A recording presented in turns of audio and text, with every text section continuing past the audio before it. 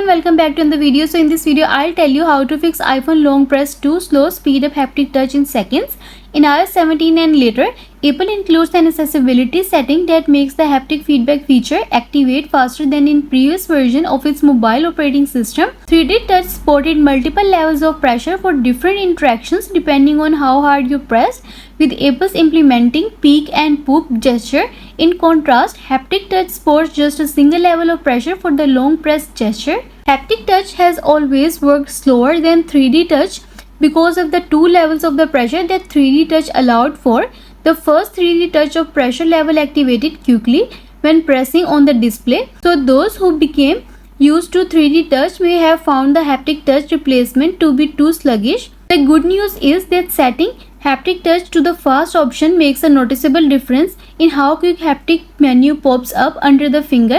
When an icon or on-screen element is long pressed, the speed brings haptic touch interaction closer to 3D touch interactions. So for this, open the settings app on your iPhone. Next, scroll down and choose accessibility from here.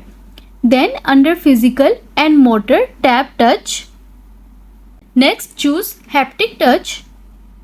Select from fast, default and slow. Note that when you select a speed, you can test it using the flower image on the same screen.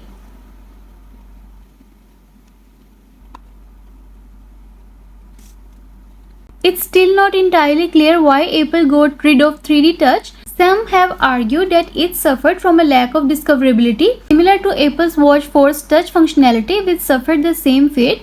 Others have speculated that Apple eliminated it in order to bring gesture parity to the iPhone and the iPad. Either way, the change allowed Apple to remove the capacitive layer that used to be integrated into every iPhone display. I hope you find this video helpful, and also let us know in the comments below if you have any questions. Thanks for watching. See you in the next video.